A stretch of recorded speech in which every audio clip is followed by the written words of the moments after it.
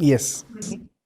Good evening. So my question is that so as we currently know, the Earth is overpopulated, Hmm. and sometimes people around me very loosely say that the people who are physically, mentally or economically not so well off, they are better off dead. So I want to ask that what is your take and what do you think is the reason of such insensitivity?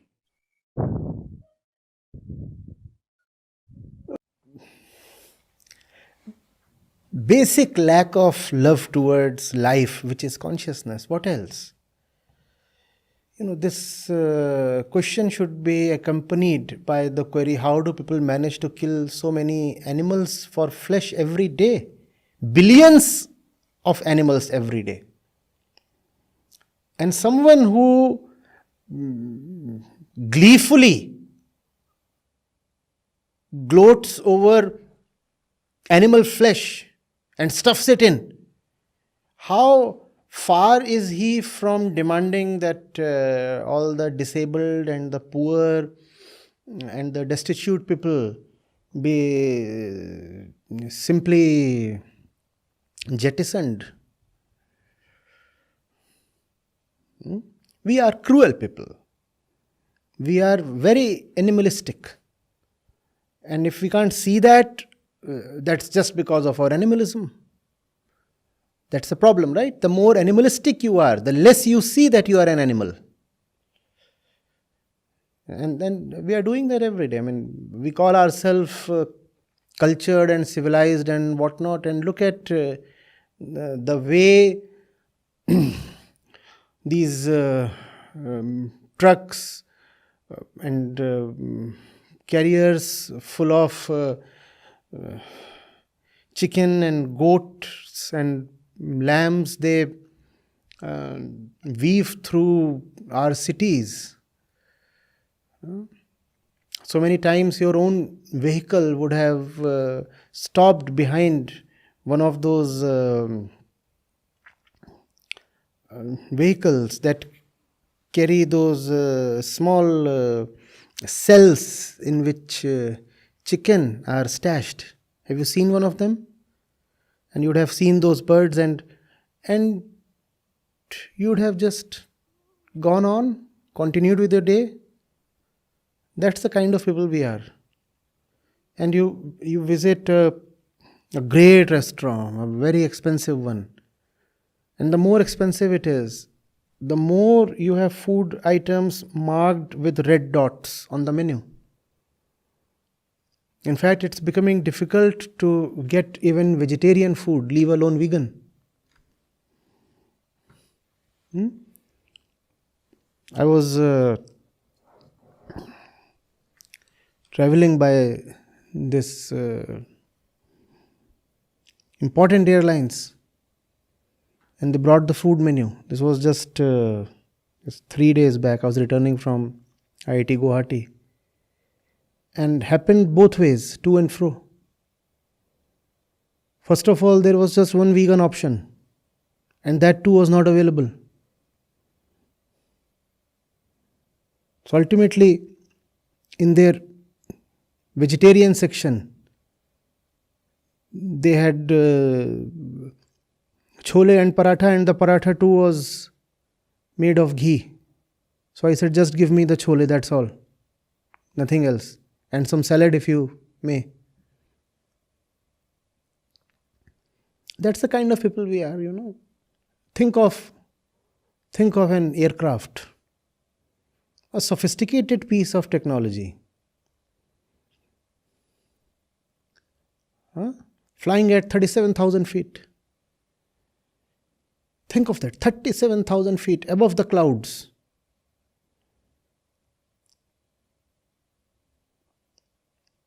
And yet, we kill like beasts.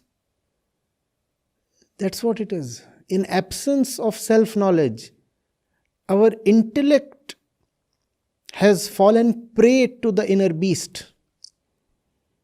The inner beast is commanding the intellect. So we have come up with sophisticated methods to kill. If you look for a modern slaughterhouse on the internet, it is very well managed, very professionally run, and uses state-of-the-art technology. That's the kind of people we are. Now, how does it surprise you that if we look at someone who is debilitated and needs help, we start wishing that this person is gotten rid of ASAP because we don't want to take care of him, and yeah, it's all quite bad and all very violent. Yes.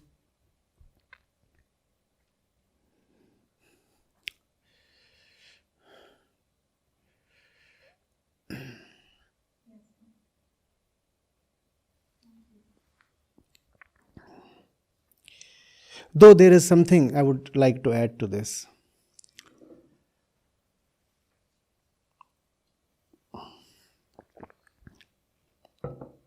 If I ever get terribly sick, obviously, I hope I would have lived the kind of life in which I would not have surrounded myself with people who wish me an early exit just because they don't want to take care of me. So obviously there will be people around who will say, let him stay, let's take care of him, even if he's on his deathbed, even if he's turned almost a vegetable, even if he has to be on the ventilator for long, let him be. That's what those people must say, if I have lived rightly. Right? That's their dharma. That's their love. That's for them to say. But if I am that critically and that chronically and that irretrievably ill, my dharma probably would be to choose my own departure. But that's my dharma, not yours. If you are by my bedside, you should be prepared to invest everything in my return. You should say it does not matter how much money it takes or whatever, but I want this person to survive. And it's not about me in particular. It's about anyone you truly love. The role of the caretaker is to say, I want to see him back. I want to see him on his feet. Even if there is a 0.1% probability that this person can be retrieved from his deathbed, I'm prepared to bet. But the one who is in that kind of terminal state,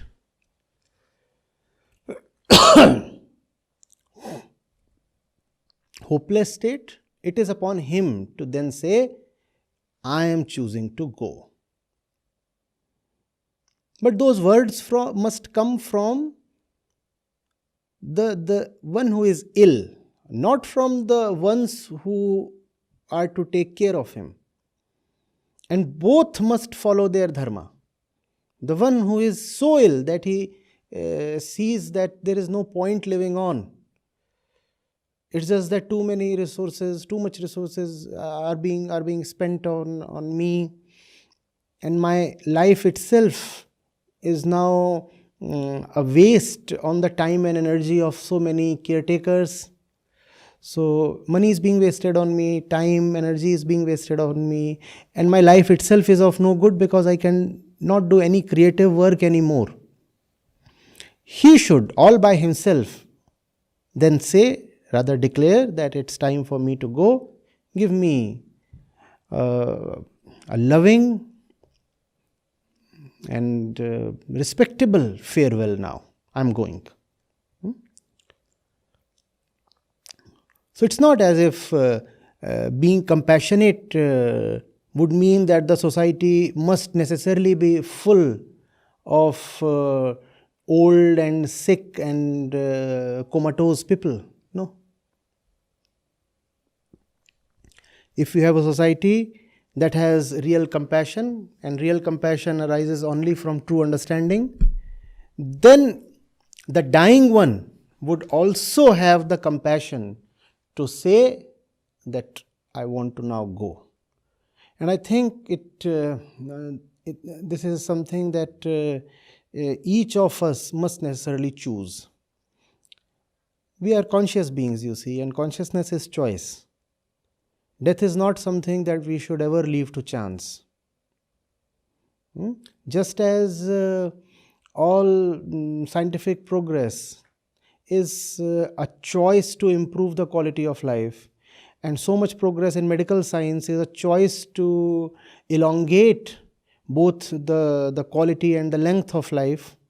Similarly, you should exercise choice in the matter of your departure. Never leave it to chance. When you know for sure that you are not redeemable anymore, then it is my personal conviction that you should not just needlessly keep hanging on.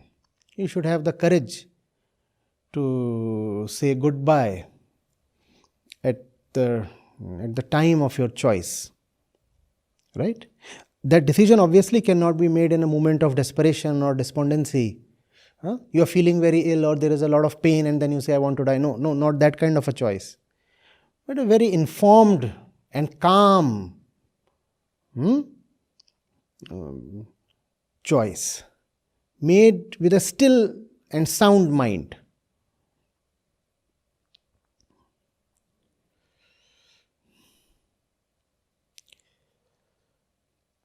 Such double standards we have. When it comes to others, we want to see them killed for the smallest and the lowest kinds of reason possible. I want to kill a little lamb because the meat is tender. What stupidity? What stupidity? It's not even a grown-up sheep. You're talking of a little lamb, sometimes just a few months old, and you are saying the flesh is soft and juicy. I hate to use that word, juicy, for flesh. And you want to see it killed. And the lamb is just, 3 months, 5, 6 months, something.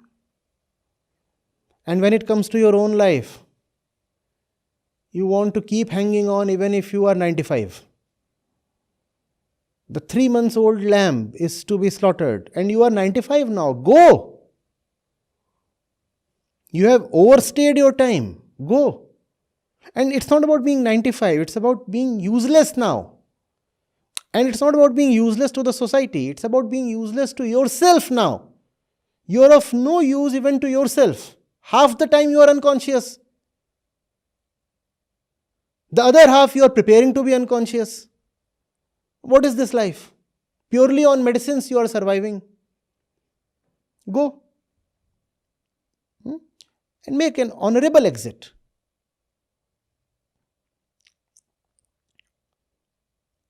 Let there be dignity even in death. Do not drag on.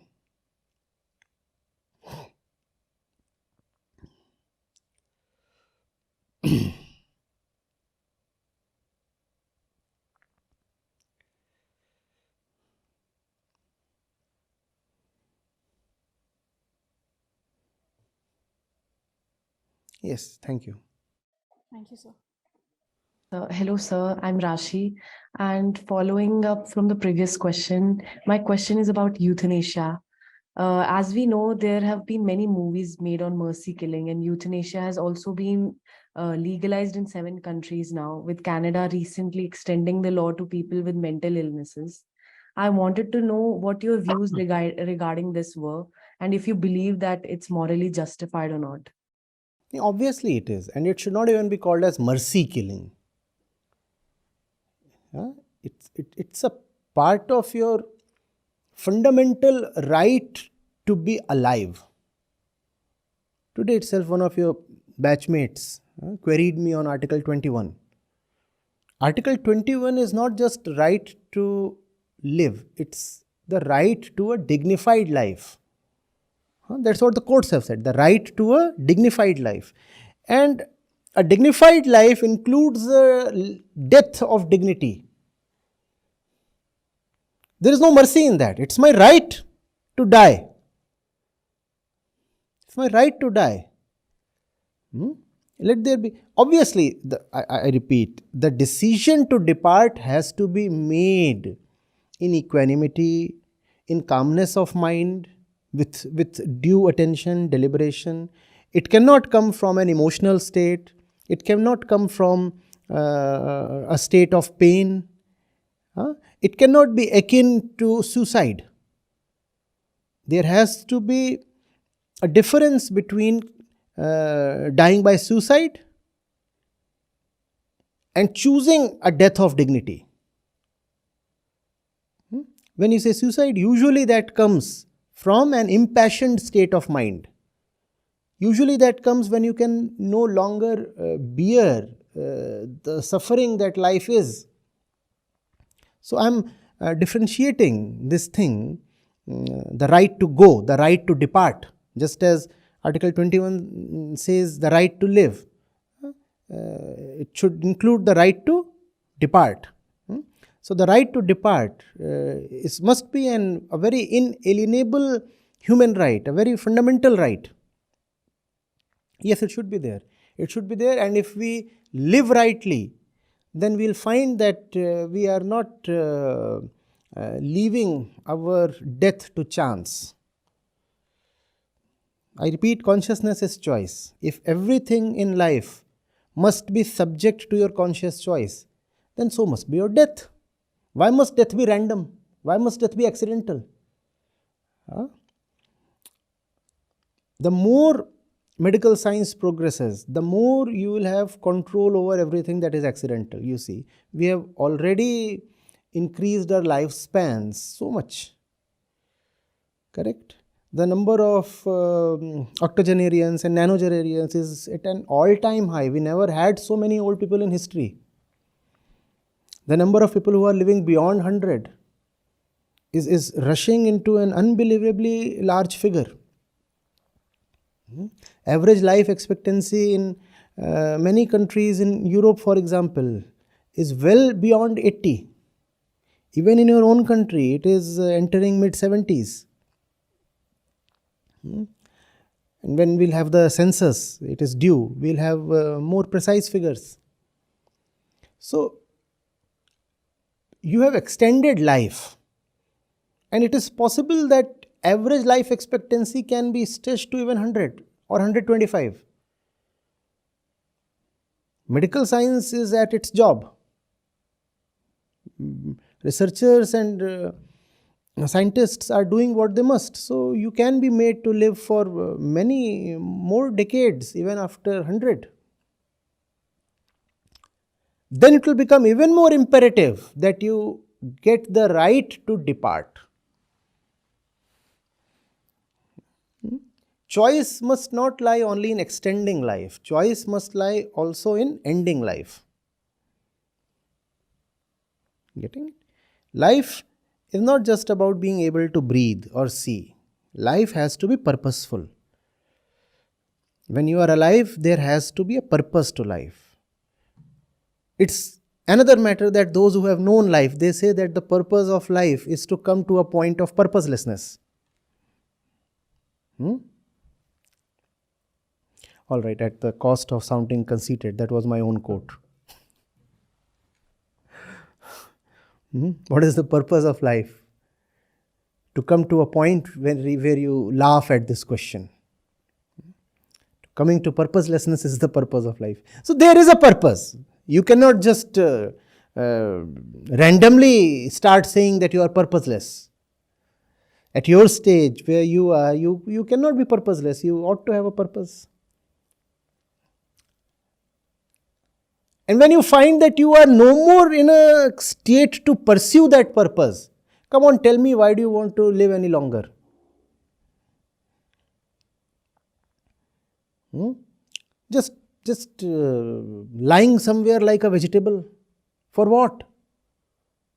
For what? Hmm? Let your life be high, and let your death be an equal to your life. Hmm? I I just hope I'm not encouraging those with suicidal tendencies. People can misinterpret anything. What I'm saying is, live a great life, and when it's your time to go, then don't just stick around and delay and weep and whatnot.